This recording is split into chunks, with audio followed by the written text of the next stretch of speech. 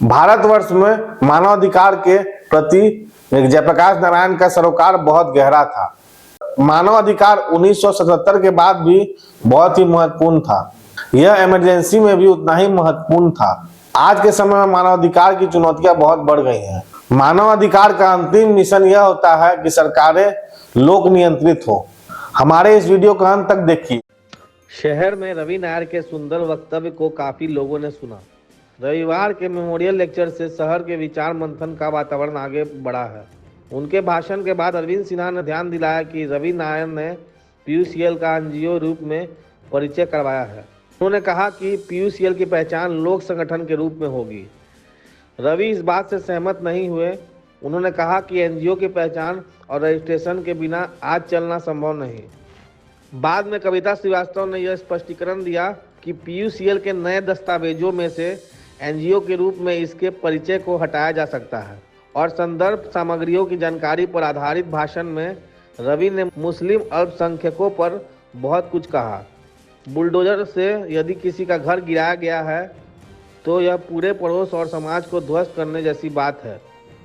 उन्होंने कहा कि कांग्रेस के समय भी मानवाधिकार के उल्लंघन की घटनाएं लगातार होती रही थी। इसके बाद में हिंदुत्व के इस दौर में मानवाधिकार हनन के बारे में वे बोले।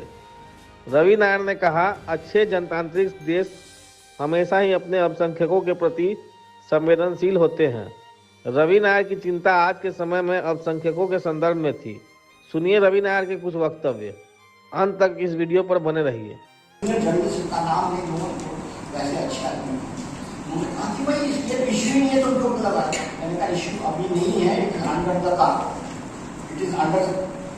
ये आएगा उभर के।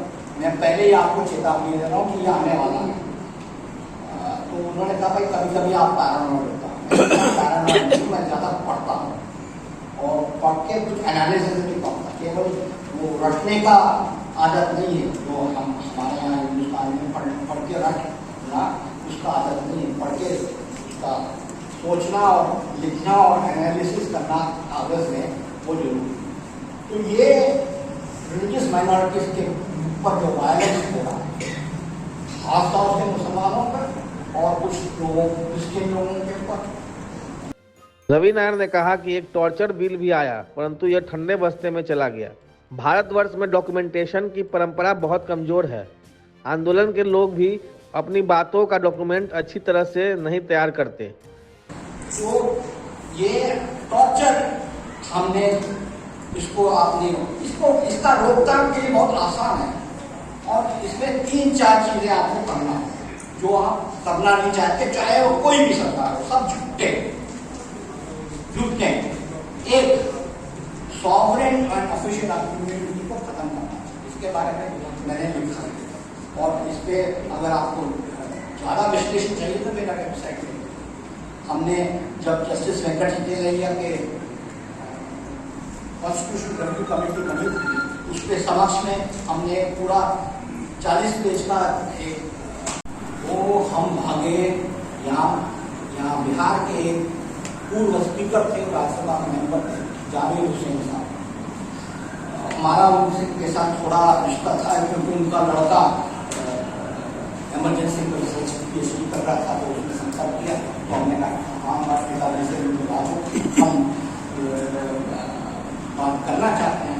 तो उनसे उनके पास बैठ के मैंने समझाया कि ये जो टॉर्चर बिल लाया है सरकार का बहुत ही हत्यानुसी है, कंजर्वेटिव है और रिग्रेसिव है। तो वो समझे, मेरे साथ क्वेश्चंस पूछे और उन्होंने उसी पार्लियामेंट्री राज्यसभा के कंसर्वेटिव कमेटी के उस समय के बीजेपी मेंबर वो सरदार पटेल के पोती थी, उनको समझाया। तो वहाँ पे ऐसा हो गया पार्लियामेंट्री कंसर्वेटिव कमेटी और कंसर्वेटिव कमेटी का रिपोर्ट इतना अच्छा आ गया कि सरकार ने बिल को दफना दिया। तो ये अच्छा रिपोर्ट आया है पार्लियामेंट्री कमेटी तो सरकार उसको दफना देगी और उसके बाद नामो निशान नहीं है उस बिल का। टॉर्चर कन्वेंशन हमने साइन किया है 27 साल पहले, अभी तक रेटिफाई नहीं किया। रेटिफाई और उसका अलग बताऊं। रवि नायर आज एक प्रोफेशनल हैं और उन्होंने मानव अधिकार पर हमले के कई संदर्भ को भी विस्तार से रखा। इस तरह वक्तव्य की वजह से पटना में विमर्श के लिए अच्छा आधार का निर्माण हुआ। आयोजन की अध्यक्षता People's Union for Civil Liberty की अध्यक्ष कविता श्रीवास्तव कर रही थी। उन्होंने विषय के प्रसंग से हटकर कहा कि जयप्रकाश नारायण ने आरएसएस का साथ लेकर गलती की थी। सभा में मौजूद लोग कविता श्रीवास्तव के इस वक्तव्य के प्रति विभाजित रहे। विषय से अलग हटकर उन्होंने यह बयान दिया, बिखरने के पहले लोग 1974 के परिवेश पर बात कर रहे थे। किसी आयोजन के बाद अगर चर्चा चलती रहे तो यह किसी अगली चर्चा का आमंत्रण होता है। लोग इमरजेंसी के समय के चुनौतियों पर भी बात कर रहे थे। कविता श्रीवास्तव को यह ध्यान नहीं रहा कि पीयूसीएल के संस्थापक जयप्रकाश नारायण थे। जेपी आंदोलन से यही नहीं, अनेक जनतांत्रिक परंपराओं की शुरुआत हुई। जनतंत्र के आधार पहले कमजोर किए जा रहे थे, वह फिर से मजबूत किए गए। जयप्रकाश नारायण के नेतृत्व में चले आंदोलन की वजह से भारतवर्ष में लोकतंत्र के आधार को गहराई मिली। आंदोलन का ही प्रभाव था कि कर्पूरी ठाकुर एक समय पीयूसीएल में भी आते थे और दूसरी समय सरकार में रहकर उन्होंने मानवाधिकार की एक मिसाल रखी थी। मुख्यमंत्री के रूप में कर्पूरी ठाकुर ने एक साथ सभी नक्सलवादी नेताओं को रिहा किया था। 1977 के बाद जनतंत्र के लिए संवेदनशील परिवेश बना था। इसलिए बना क्योंकि राजनीति पर जेपी का प्रभाव था। कार्यक्रम की शुरुआत पीयूसीएल बिहार प्रदेश के महासचिव सरफराज के स्वागत से हुई। मंच पर पीयूसीएल बिहार प्रांत अध्यक्ष आनंद किशोर भी मौजूद थे। धन्यवाद ज्ञापन में प्रोफेसर आनंद किशोर ने बिहार में पीयूसीएल के महत्व और उसके प्रसंग को भी रखा। अंत तक देखिए इस वीडियो को। आम आदमी 4 बार सोचता है खाने में ना, अगर उसके ऊपर भी क्षति हो गया, अपना कुछ पुराने जमाने में किसी का ट्रांजिस्टर चोरी हो जाता था, क्या कहते मैं छोड़ रहा यार ट्रांजिस्टर 500 हो गया था, नया खरीदेंगे, खाने भी नहीं होगा। इंडियन सिविल लिबर्टी यूनियन के साथ हो रहे। लेकिन इंडिपेंडेंस के बाद मैं ज्यादा पॉलिटिकल नहीं रहूंगा क्योंकि पीयूसीएल का मंच है। इतना ही कहूंगा कि Congress did not understand the necessity of constructive civil liberty movement all the time. It did not understand and so for a long time civil liberties went quiet. It was only after 1962 war when many people were arrested that once again civil liberties के लोगों को के बारे में लोगों को याद आ गया।